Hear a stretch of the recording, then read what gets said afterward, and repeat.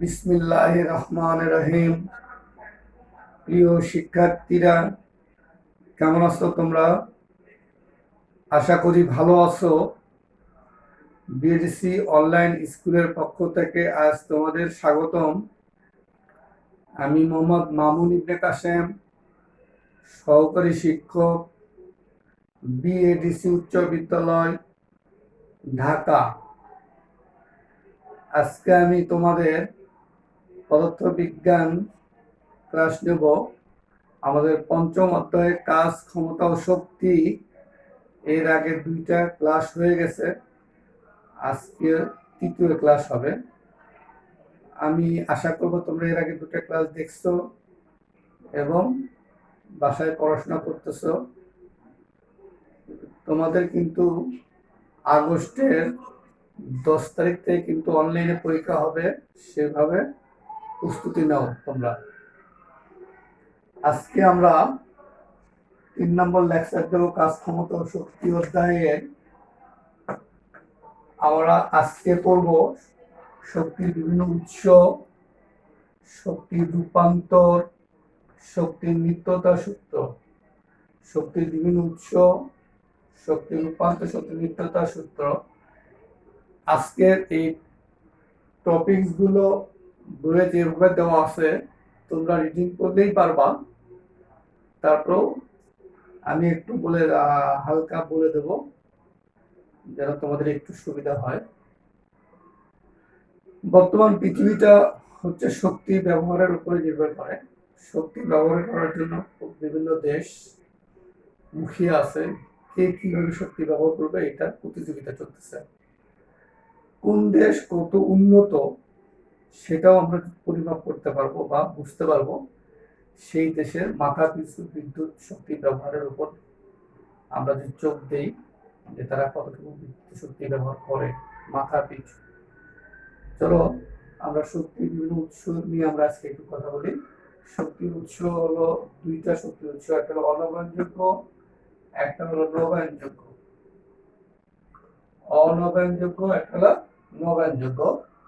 অনবায়নযোগ্য শক্তি মানে যে শক্তিগুলো আমরা ব্যবহার করতেছি এগুলো শেষ হয়ে যাবে, এগুলো আর পুনরায় ব্যবহার করা যাবে না, এক সময় এই শক্তিগুলো শেষ হয়ে যাবে। এই শক্তিগুলোকে বলছে অনবায়নযোগ্য শক্তি, এগুলোকে আর ফিরিয়ে নিয়ে আসা যাবে না। কি কি সেগুলো দেখো: তেল, গ্যাস, কয়লা, নিউক্লিয়ার শক্তি। এই তেল, গ্যাস, কয়লা, নিউক্লিয়ার শক্তি এগুলো যদি আমরা ব্যবহার করতে থাকি, আমাদের যা মজুদ আছে এই শক্তিগুলো সেগুলো শেষ হয়ে গেলে আমরা এগুলো পাবো না। আমাদের তেল, গ্যাস, কয়লা এগুলোকে আমরা বলতেছি জ্বালানি শক্তি। তেল, গ্যাস, কয়লাকে আমরা বলতেছি জ্বালানি শক্তি। আর এই জ্বালানি শক্তির একটা নাম হলো ফসিল জ্বালানি। ফসিল জ্বালানি এই জন্য বলা হইতেছে যে এগুলো পাওয়া যায় হলো লক্ষ কোটি বছর আগে বিভিন্ন গাছপালা মাটির নিচে চাপা পড়ে চাপ ও তাপে এগুলো রূপ নিয়েছে, তেল, গ্যাস, কয়লার রূপ নিয়েছে। আমরা পরবর্তীতে মাটির নিচ থেকে এগুলো আমরা বের করে নিয়ে আসি এবং আমরা এগুলো ব্যবহার করি বিভিন্ন রিফাইনারি করে। গ্যাস যদিও মোটামুটি পুড়িয়ে করে থাকে, খুব একটা রিফাইনারি করতে হয় না। আর নিউক্লিয়ার শক্তিটা হলো এটাতে জ্বালানি হিসেবে ব্যবহার করা হয় ইউরেনিয়াম। নিউক্লিয়ার শক্তিতে জ্বালানি হিসেবে ইউরেনিয়াম ব্যবহার করা হয়। এটাও আমাদের দেশের যে অবস্থা হয়ে আছে বড়জোর 200 বছর এটা ব্যবহার করা যাবে। তারপর দেখা যাচ্ছে যে এই নিউক্লিয়ার শক্তিটা আমাদের শেষ হয়ে যাবে, তখন আমাদের আর আসলে অনবদ্য শক্তি আর আমরা পাবো না হয়তো। এই কারণেই মানুষ এখন সচেতন। এর পাশাপাশি আমরা এখন শক্তির ব্যবহারের জন্য আমরা নবায়নযোগ্য শক্তি ব্যবহার করা শুরু করে দিচ্ছি এখন, কারণ এই শক্তিগুলো তো শেষ হয়ে যাবে, এগুলো তো আমরা ফিরে পাবো না। আর নবায়নযোগ্য শক্তিটা এরকম যে এগুলো আমরা সবসময় পেতে থাকবো। কেন পেতে থাকবো? দেখো, মানে নবায়নযোগ্য শক্তি বলছে যে শক্তি পুনরায় ব্যবহার করা যায় বা কখনো শেষ হয়ে যাবে না, সেটাই হলো নবায়নযোগ্য শক্তি। এখন আমার কথা হচ্ছে কেন নবায়নযোগ্য শক্তি শেষ হবে না? এখন নবায়নযোগ্য শক্তিগুলো আমরা কই থেকে পাই?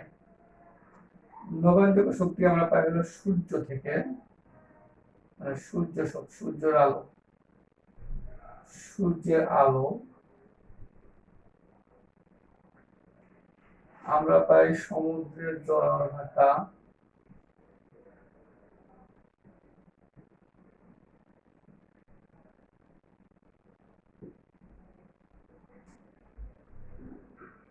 বা হলো সমুদ্রের ঢেউ,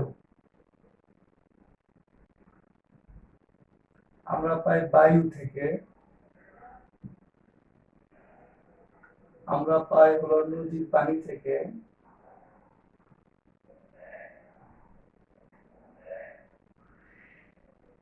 দেখো আমরা নবায়নযোগ্য শক্তিগুলো পাই হলো সূর্যের আলো থেকে। সূর্যের আলো কি কখনো শেষ হবে?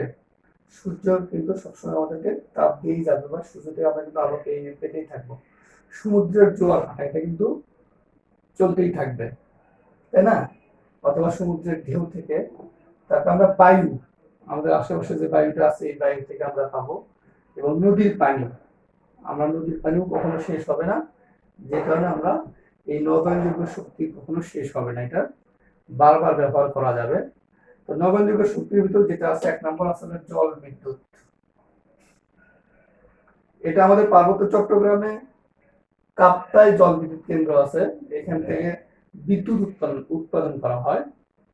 নদীর পানিতে বাঁধ দিয়ে পানিটা সরিয়ে নিয়ে ওই পানির মাধ্যমে জল বিদ্যুৎ উৎপাদন করা হয়।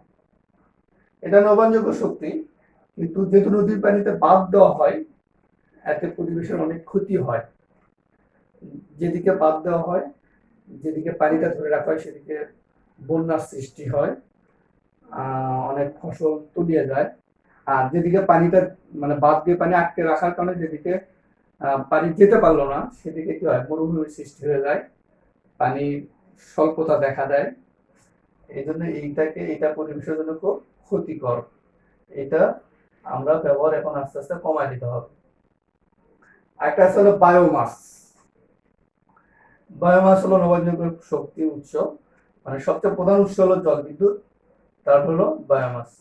আরেকটা কথা, নবায়নযোগ্য শক্তি কিন্তু পৃথিবীর যা শক্তি আছে তার 5/1 হচ্ছে নবায়নযোগ্য শক্তি। তার মেইন বেশিরভাগ হলো জল বিদ্যুৎ আর হলো বায়োমাস। বায়োমাসটা কি? বায়োমাস হচ্ছে গাছপালা থেকে আমরা যেগুলো পাই, খড়কুটো, লাকড়ি, এগুলো হলো বায়োমাস। তো তাহলে বায়োমাস এটা একটা নবায়নযোগ্য শক্তি। আমাদের মনে হতে পারে যে আমরা মনে হয় গাছপালা পুরোলে, খড়কুটো পুরোলে তো শেষ হয়ে যাবে, ঠিক আছে।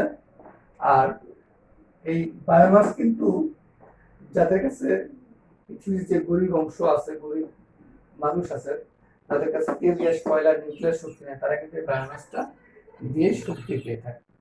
তো বায়োমাস একসময় হয়তো শেষ হবে, আমাদের মনে হতে পারে যে খড়কুটো লাকড়ি এগুলো তো পুড়লেই শেষ হয়ে যাবে, কিন্তু আমরা এই খড়কুটো লাকড়িগুলো কোথা থেকে পাই? খড়কুটো লাকড়িগুলো থেকে পাই আমরা গাছ থেকে। তো গাছ তো প্রতিনিয়তই সবসময় কি হবে, জন্মাবে। তো গাছ জন্মালে কি আমরা খড়কুটো লাকড়ি পেয়ে যাবো? যে কারণে এটাও কখনো শেষ হবে না। আমাদের আরেকটা শক্তি আছে হলো সৌর শক্তি, সূর্যের শক্তি, যেটা মানে সৌর শক্তি থেকে যদি 1 বর্গ কিলোমিটার এলাকা থেকে আমরা যে সৌর শক্তি বা সূর্যের আলো এবং তাপ পাবো, আমরা এখান থেকে আমরা প্রায় 1000 মেগাওয়াট বিদ্যুৎ শক্তি উৎপাদন করতে পারবো, যেটা প্রায় একটা নিউক্লিয়ার শক্তি কেন্দ্রের সমান। বর্তমানে আমরা প্রত্যেকটা বাড়ির ছাদে এই সৌর প্যানেল, সোলার প্যানেল, প্রত্যেকটা বাড়ির ছাদে কিন্তু সোলার প্যানেল বসানো হইতেছে, এবং যেখান থেকে আমরা কি পাইতেছি, বিদ্যুৎ শক্তি পাইতেছি। এটা খুব জনপ্রিয় হয়ে উঠতেছে বাংলাদেশের চরাঞ্চলগুলোতে। যেহেতু বিদ্যুৎ শক্তি ওখানে যাবেই না বলা চলে, সেখানে এখন সৌর বিদ্যুৎ ব্যবহার করা হতেছে। আমাদের আরেকটা নবায়নযোগ্য শক্তি একটা উৎস হলো বায়ু শক্তি। আমাদের যে বায়ু আছে, এই বায়ু শক্তি থেকে মাধ্যমে আমরা শক্তি পেয়ে থাকি। এটা হচ্ছে এই বায়ুতে, বা আমরা একটা বড় একটা থম্বা বেড়ে এখানে টারবাইন ঘুরিয়ে আমরা এই টারবাইন ঘোরানোর মাধ্যমে বায়ু শক্তি কাজে লাগায় বিদ্যুৎ শক্তি উৎপাদন করতে পারি। এবং এটাতে এই যে বড় একটা থম্বা যদি উপর দিকে উঠে লাগে, এখানে অনেক স্থান খুব কম লাগে, যে কারণে এটা খুব জনপ্রিয় মাধ্যম হয়ে উঠতেছে পৃথিবীর অনেক দেশে, বিশেষ করে ইউরোপে। তো এটা আমাদের নবায়নযোগ্য শক্তির একটা উৎস। আমাদের নবায়নযোগ্য শক্তির একটা উৎস হলো বায়োফুয়েল। বায়োফুয়েলটা কি? আমরা খাওয়ার জন্য অনেকেই অ্যালকোহল তৈরি করে থাকি। এই অ্যালকোহলটা হলো এক প্রকার জ্বালানি, আর এটা আসলে হলো জব, ভুট্টা এগুলো থেকে, আর এই ধরনের খাবার থেকে আসে। পৃথিবীর অনেক দেশে গাছ থেকে যে তেল উৎপাদন হয় সেটাও জ্বালানি হিসেবে ব্যবহার করা যায়। আমরা রান্নার জন্য যে তেল ব্যবহার করি, এটা কিন্তু জ্বালানি হিসেবে ব্যবহার করা যাবে। তো পৃথিবীর অনেক দেশেই, বিশেষ করে ব্রাজিলে, বা গাছ থেকে তেল উৎপন্ন হয়। এই তেলগুলো আমরা জ্বালানি হিসেবে ব্যবহার করি। এগুলো নবায়নযোগ্য শক্তির অনেক বড় একটা উৎস। আমাদের সমস্যা একটা আছে জিওথার্মাল বা ভূতাপীয় শক্তি। জিওথার্মাল বা ভূতাপীয় শক্তি, মানে ভূতাপীয় শক্তি তাকেই বলতেছে যে পৃথিবীর অভ্যন্তরের শক্তিকে কাজে লাগিয়ে যে শক্তি উৎপাদন করা হয় সেটাই হলো ভূতাপীয় শক্তি। মানে আমি আবারও বলি, পৃথিবীর অভ্যন্তরের তাপকে কাজে লাগিয়ে জিওথার্মাল, পৃথিবীর অভ্যন্তরের তাপকে কাজে লাগিয়ে আমরা কি করি, যে শক্তি পাই, এটাই হচ্ছে জিওথার্মাল বা ভূতাপীয় শক্তি। এই পৃথিবীর অভ্যন্তরে যে আগ্নেয়গিরিগুলো আছে, এখানকার থেকে উত্তপ্ত হয়ে এই শক্তিগুলো আমরা উঠাই নিয়ে আসতে পারি। আর আমরা যদি 1 কিলোমিটার নিচের দিকে যেতে পারি, মানে কোনোভাবে গর্ত করে, তাহলে কিন্তু আমরা অনেক তাপ শক্তি পাবো। যদিও এটা অনেক কঠিন কাজ। তো তাহলে আমরা দেখলাম শক্তির প্রধান উৎস হলো অনবরত শক্তি, নবায়নযোগ্য শক্তি। অনবরত শক্তি হলো বিদ্যুৎ শক্তিকে ফিরে পাওয়া যাবে না, বা একবার ব্যবহার করে ফেললে আর ফিরে পাওয়া কোনো সম্ভব নয়। সেগুলো কি তেল, গ্যাস, কয়লা, নিউক্লিয়াস, এগুলো একবার ব্যবহার করলে শেষ হয়ে যাবে। আর নবায়নযোগ্য শক্তি হলো যে শক্তিকে পুনরায় ব্যবহার করা যাবে বা কখনোই শেষ হয়ে যাবে না। কেন শেষ হয়ে যাবে না আমি বললাম, যে আমরা এই শক্তিগুলো পাই, নবায়নযোগ্য শক্তিগুলো পাই সূর্যের আলো, সমুদ্রের জোয়ার ভাটা বা ঢেউ, বায়ু থেকে এবং নদীর পানি থেকে। সূর্যের আলো, সমুদ্রের জোয়ার ভাটা বা ঢেউ, বায়ু, নদীর পানি, এগুলো তো কখনো শেষ হবে না। এই জন্য নবায়নযোগ্য শক্তি কখনো শেষ হবে না। আমরা নবায়নযোগ্য শক্তি জল বিদ্যুৎ, নদীর পানিকে কাজে লাগিয়ে, নদীর পানিকে বাদ দিয়ে কাজে লাগিয়ে আমরা জল বিদ্যুৎ পাই, যদিও এটা পরিবেশের খুব ক্ষতি করে। তারপরে আমরা কি পাই, বায়োমাস। বায়োমাস হলো খড়, কুটো, লাকড়ি, এগুলোকে আমরা গাছ থেকে পাই। গাছ উৎপাদন সবসময় ঠিক থাকবে, যে কারণে এগুলো আমাদের নবায়নযোগ্য শক্তি উৎস। এই দুটো শক্তি উৎসের পরে সবচেয়ে বড় যে শক্তি উৎস সেটা হলো সৌরশক্তি। সূর্যের আলো ব্যবহার করে আমরা তাপ পাই। এই তাপ বা আলো থেকে আমরা কি করতে পারবো, সোলার প্যানেল ব্যবহার করে আমরা আমাদের নিজেদের বিদ্যুৎ চাহিদা পূরণ করতে পারি। বায়ু শক্তি ব্যবহার করে আমরা কি করি, টারবাইন ঘুরিয়ে বিদ্যুৎ উৎপাদন করতে পারি। জিওথার্মাল বা ভূতাপীয় শক্তি, এটা কি পৃথিবীর অভ্যন্তরে যে তাপ, সেই তাপকে ব্যবহার করে যে শক্তি পাওয়া যায় সেটা হলো ভূতাপীয় শক্তি বা জিওথার্মাল। তাহলে আমাদের শক্তির বিভিন্ন উৎস হয়ে গেল।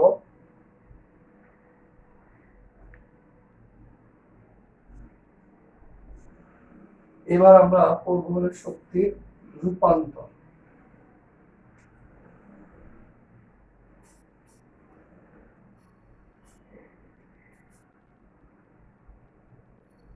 আমরা শক্তির 9টা রূপ দেখছিলাম এর আগে। তো এই রূপগুলোর ভিতরে কিছু কিছু রূপ এক শক্তি থেকে আরেক শক্তিতে রূপান্তরিত হয়। যদিও এগুলো রূপান্তরিত হওয়ার জন্য পরিবেশের অনেক সময় অনেক ক্ষতি হয়। তারপরে এই শক্তিগুলোর জন্য কার্বন ডাইঅক্সাইডের পরিমাণ বেড়ে যায়, বা নিউক্লিয়ার শক্তি কেন্দ্রের নিউক্লিয়ার পদার্থগুলো আমাদের অনেক ক্ষতি করে। কার্বন ডাইঅক্সাইডের পরিমাণ বেড়ে গেলে কি হয়? গ্রিন হাউসের সৃষ্টি হয়, বা তাপমাত্রা বেড়ে যায়। পৃথিবীর তাপমাত্রা বেড়ে গেলে কি হয়? আমাদের জানা আছে যে সমুদ্রের পানির উচ্চতা বেড়ে যায়, কারণ অনেক তাপমাত্রা বেড়ে যাওয়ার কারণে অনেক বরফ গলে যায় এবং সমুদ্রের তাপমাত্রাটা বেড়ে যায়, যে কারণে পৃথিবীর অনেক নিচু এলাকা, নিম্নাঞ্চল আস্তে আস্তে কি হয়ে যায়? তলিয়ে যাবে। এটা অনেক ভয়ঙ্কর একটা জিনিস। তো চলো আমরা দেখি একটু শক্তি রূপান্তর গুলো দেখবো আমরা।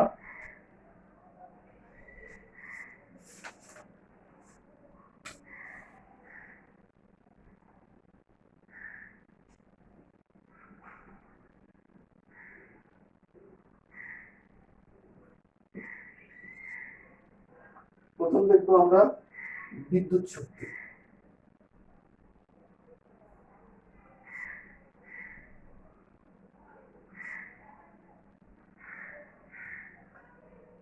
বিদ্যুৎ শক্তি আমরা যে বৈদ্যুতিক পাখা ব্যবহার করি,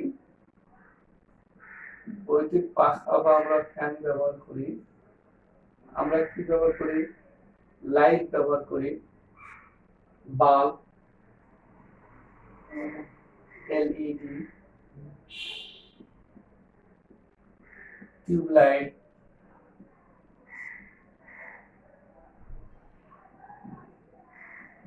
আমরা কি বৈদ্যুতিক ইস্ত্রি ব্যবহার করি, তারপরে হিটার ব্যবহার করি আমরা,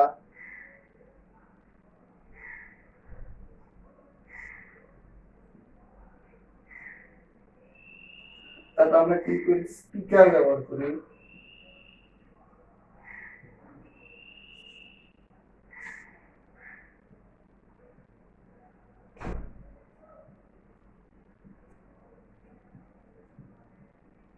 এগুলো আমরা বিদ্যুৎ শক্তি থেকে এই যেগুলো ব্যবহার করি। তাহলে বৈদ্যুতিক পাখা বা ফ্যান থেকে আমরা কি পাই? বা অন্যান্য মোটরও আছে, এখান থেকে আমরা কি পাই? যান্ত্রিক শক্তি পাই।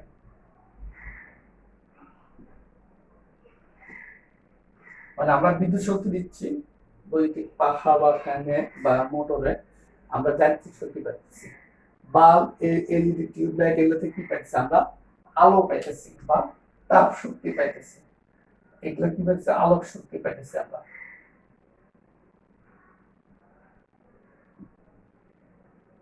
ইস্ত্রি, হিটার, এখান থেকে কি পাইতেছি? আমরা তাপ শক্তি পাইতেছি। স্পিকার থেকে আমরা কি পাইতেছি? শব্দ শক্তি পাইতেছি। ব্যাটারি চার্জ থেকে আমরা কি পাইতেছি? রাসায়নিক শক্তি পাইতেছি।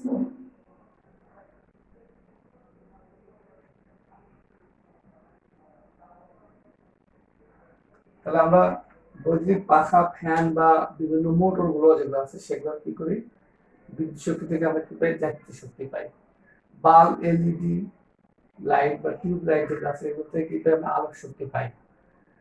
ইস্ত্রি, হিটার, বৈদ্যুতিক ইস্ত্রি, বৈদ্যুতিক হিটার যেগুলো, এগুলোতে আমরা কি পাই? তাপ শক্তি পাই। স্পিকার থেকে আমরা কি পাই? শব্দ শক্তি পাই। এই যে আমার কণ্ঠ কম শোনা যায়, আমি এখানে যদি একটা স্পিকার ব্যবহার করি তাহলে কি হবে? শব্দ জোরে শোনা যাবে। এই স্পিকারটা ব্যবহার হবে বিদ্যুতের মাধ্যমে। আমরা ব্যাটারি চার্জ করি, খুব ইম্পর্টেন্ট একটা ব্যাপার যে প্রত্যেকটা যন্ত্রে কিন্তু ব্যাটারি আছে, তাহলে ব্যাটারি চার্জ করা হয় কিন্তু বিদ্যুৎ শক্তির মাধ্যমে, যেটা পরবর্তী কি হয় রাসায়নিক শক্তি হিসেবে ব্যবহার করা হয়।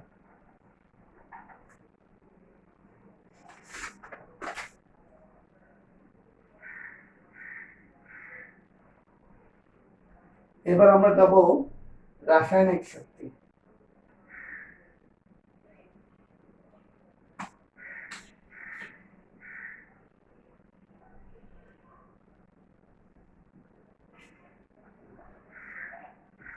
এবার আমরা রাসায়নিক শক্তি দেখব।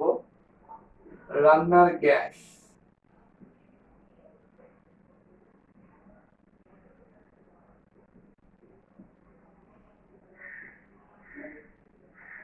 মোমবাতি,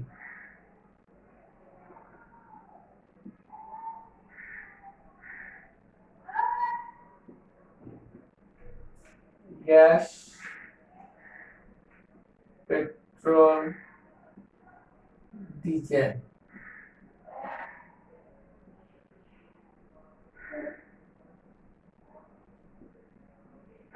ব্যাটারি, আর হলো খাদ্য, আমরা যে খাবার খাই। এই রান্নার গ্যাস, এখান থেকে আমরা কি পাই? তাপ শক্তি পাই, যেটার মাধ্যমে রান্না হয়। এখানে একটু আলোক শক্তিও আমরা পাই, কিন্তু রান্নার গ্যাসে আমরা মূলত কি পাই? তাপ শক্তি পাই, যেখান থেকে আমরা আলোক শক্তিও পাই। মোমবাতি থেকে তাপ পাই, কিন্তু মূলত আমাদের মেইন যেটা সেটা আলোক শক্তি পাওয়া। গ্যাস, পেট্রোল, ডিজেল, এগুলো থেকে আমরা কি পাই? যান্ত্রিক শক্তি পাই। এগুলো থেকে আমরা কি পাই? যান্ত্রিক শক্তি। এই যে ব্যাটারি চার্জ যেটা, তাহলে এই ব্যাটারি থেকে আমরা কি পাই? বিদ্যুৎ শক্তি পাই। ব্যাটারি থেকে আমরা কি পাই? বিদ্যুৎ শক্তি পাই। প্রত্যেকটা যন্ত্রে কি ব্যাটারি আছে, সেখান থেকে আমরা লাইট জ্বালানো,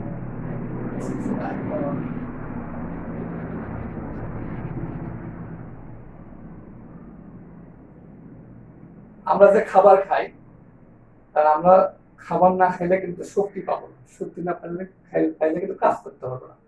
তা আমরা যে খাবার খাই, এই খাবারটা হলো রাসায়নিক শক্তি, এটা হতে যান্ত্রিক শক্তিতে রূপান্তরিত হয় বা পর্যায় বিদ্যুৎ শক্তিতে রূপান্তরিত হয় বা বিদ্যুৎ। তাহলে আমাদের রাসায়নিক শক্তিগুলো কি কি হয়? রান্নার গ্যাস থেকে আমরা তাপ শক্তি পাই, আলোক শক্তিও পাই। মোমবাতি থেকে আলোক শক্তি পাই, তাপ শক্তি একটু পাই। গ্যাস, পেট্রোল, ডিজেল থেকে আমরা যান্ত্রিক শক্তি পাই। ব্যাটারি থেকে আমরা বিদ্যুৎ শক্তি পাই। খাদ্য থেকে আমরা কি পাই? যান্ত্রিক শক্তি পাই, একটু বিদ্যুৎ পেয়ে থাকি। এবার আমরা দেখব তাপ শক্তি।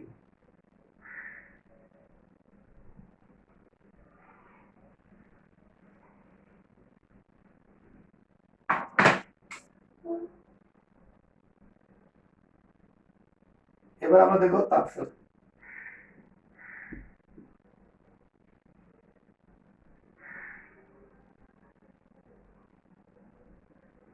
ইঞ্জিন,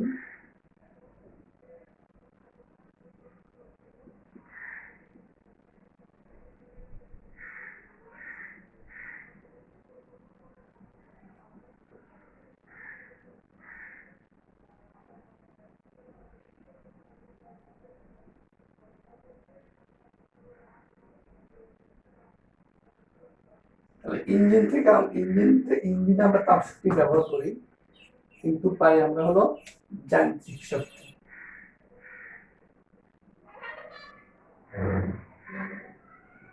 ইঞ্জিনে আমরা তাপ শক্তি ব্যবহার করি, কিন্তু পাই হলো আমরা যান্ত্রিক শক্তি। বাল্বের ফিলামেন্ট আমরা তাপ শক্তি এখানে যায়, কিন্তু আমরা পাই হলো আলোক বিদ্যুৎ শক্তি। কি পাই? আলোক শক্তি।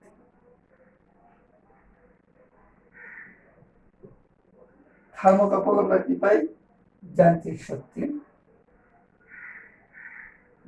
বলতে পাই কি পাই? বিদ্যুৎ শক্তি। আমরা ইঞ্জিনে তাপ শক্তি দিয়ে পাই হলো যান্ত্রিক শক্তি, বাল্বের ফিলামেন্ট থেকে পাই হলো আলোক শক্তি, থার্মোকাপল থেকে পাই হলো যান্ত্রিক বিদ্যুৎ শক্তি।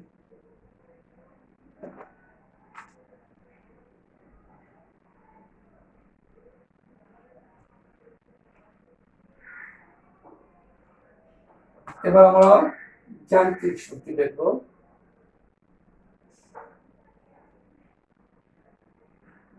জেনারেটর,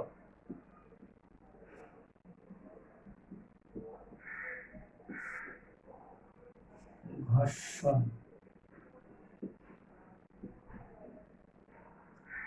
জেনারেটর থেকে কি হয়, আমরা দেখছি আগেকার দিনে অথবা এখনো যে এলাকাগুলোতে বিদ্যুৎ নাই অথবা যে এলাকাগুলোতে বিদ্যুৎ খুব কম থাকে, সিকিউরিটির জন্য আমরা কি করি, জেনারেটর সরবরাহ করি। কোনো বিয়ে বা কোনো অনুষ্ঠানে দেখা যাচ্ছে যে জেনারেটর চালালে সেখান থেকে কি পাওয়া যায়, আলোক শক্তি পাওয়া যায়। তাহলে জেনারেটর হলো যান্ত্রিক শক্তি, সেখান থেকে আমরা কি পাইতেছি, বিদ্যুৎ শক্তি পাইছি।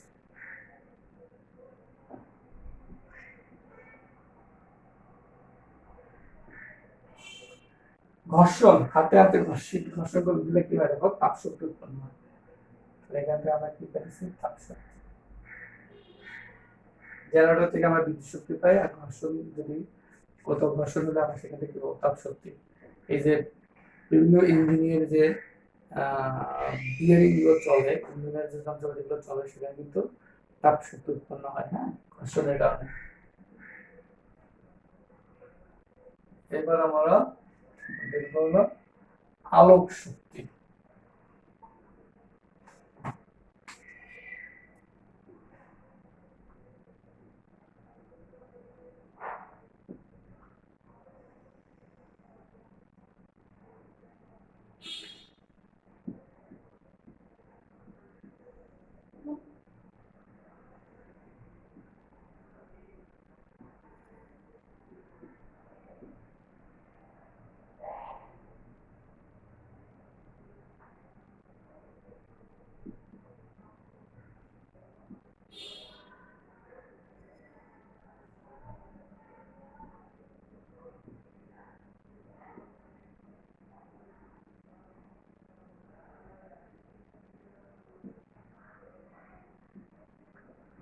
আলোক শক্তি কি, যে microwave oven, solar cell, photography. Microwave oven দিয়ে কি করি, আমরা রান্নার কাজ করি, বিভিন্ন খাবার গরম করি, তাই না? তাহলে এখানে আমরা কি পাই, তাপ শক্তি পাই।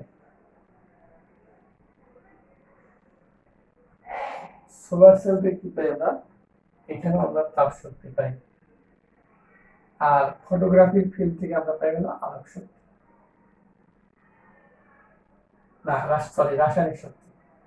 মাইক্রোওয়েভ ওভেন থেকে পাই তাপ শক্তি, সোলার সেল থেকে পাই তাপ শক্তি, আর ফটোগ্রাফির ফিল্ড থেকে আমরা পাই হলো রাসায়নিক শক্তি।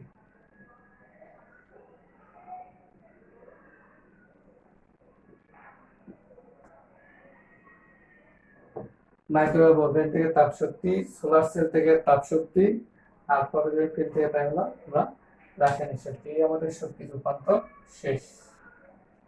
এবার আমরা দেখব শক্তির নিত্যতা সূত্র।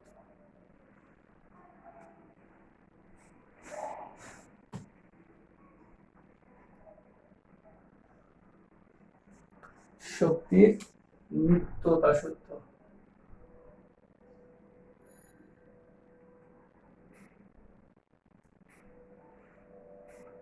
এই যে শক্তির রূপান্তর দেখলাম আমরা, তার মানে শক্তি এক রূপ থেকে অপর রূপে পরিবর্তিত হয়। তো শক্তি এক রূপ থেকে অপর রূপে পরিবর্তিত হলে কি তার শক্তি কি কমে যায়? না। শক্তি নিত্যতা সূত্রে বলতেছে শক্তির সৃষ্টি বা ধ্বংস নেই, শক্তি শুধু এক রূপ থেকে অপর এক বা একাধিক রূপে পরিবর্তিত হতে পারে। শক্তি নিত্যতা সূত্র বলতে শক্তির সৃষ্টি বা ধ্বংস নেই, এটা সৃষ্টিও হয় না, ধ্বংসও হয় না।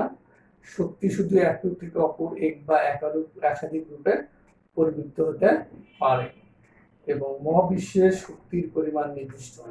মহাবিশ্বের শক্তির পরিমাণ নির্দিষ্ট, এটা আছে তাই এটার সৃষ্টি বা ধ্বংস নাই। তাহলে আমাদের আজকের টপিক এখানে শেষ। আবার আগামী ক্লাসে এই চ্যাপ্টারের লাস্ট একটা ক্লাস হবে, সেইখানে আমরা সর্বশেষ ভর ও শক্তির সম্পর্ক, ক্ষমতা, আমাদের ক্ষমতাটা বাকি আছে, আর হলো কর্মতার কথা, এই তিনটা টপিক আলোচনা করবো। তাহলে আজকে আমরা শিখলাম হলো শক্তির বিভিন্ন উৎস, শক্তির রূপান্তর, শক্তির নিত্যতা সূত্র। শক্তি নিত্যতার সূত্র কি বলছে, যে শক্তি সৃষ্টি বা ধ্বংস নেই, সৃষ্টিও নেই, ধ্বংস নেই, শক্তি কেবল এক রূপ থেকে অপর এক বা একাধিক রূপে পরিবর্তিত হতে পারে, আর মহাবিশ্বের শক্তির পরিমাণ নির্দিষ্ট। তো তোমরা ভালো থাকবা, মনোযোগ দিয়ে পড়াশোনা করো। আসসালামু আলাইকুম।